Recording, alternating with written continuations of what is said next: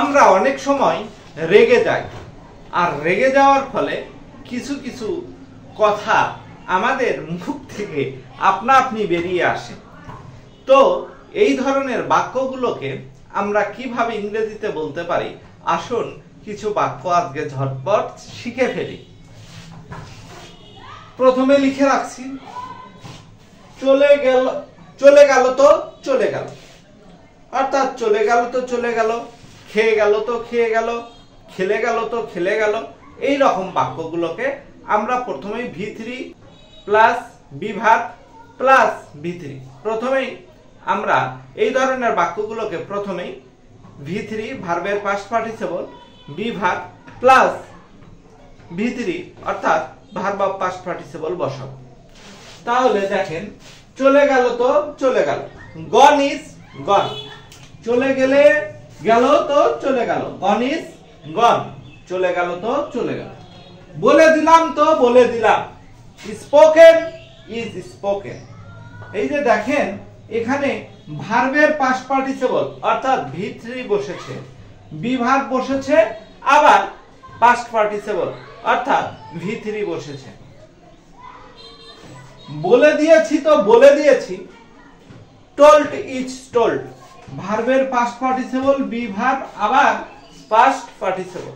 এখন প্রশ্ন হলো বলে দিলাম তো বলে দিলাম, স্পোকেন ইজ স্পোকেন, আবার বলে দিয়েছি তো বলে দিয়েছি, টোল্ড ইজ টোল্ড। একই ধরনের বাক্য দুইটা ট্রান্সলেট হইল কেন? বলে দিলাম তো বলে দিলাম, এটা আমার নিজস্ব কথা। যখন আপনি নিজের কথাই অন্যকে বলে দিলেন রাগের মাথায়, সেখানে স্পোকেন ইজ স্পোকেন। বাট আপনাকে কেউ কোনো কথা, গোপন কথা বলেছে, সেই গোপন কথা শুনে অন্যকে বলে দিয়েছে, সেই ক্ষেত্রে হবে টোল্ড ইজ টোল্ড। তোমার সীমার মধ্যে থাকো, তোমার সীমার মধ্যে থাকো, বি ইন ইয়োর লিমিটস, তোমার সীমার মধ্যে থাকো, বি ইন ইয়োর লিমিটস, তোমার সীমার মধ্যে থাকো। মজা করো না, ডোন্ট মেক আ ফান, মজা করো না, ডোন্ট মেক আ ফান।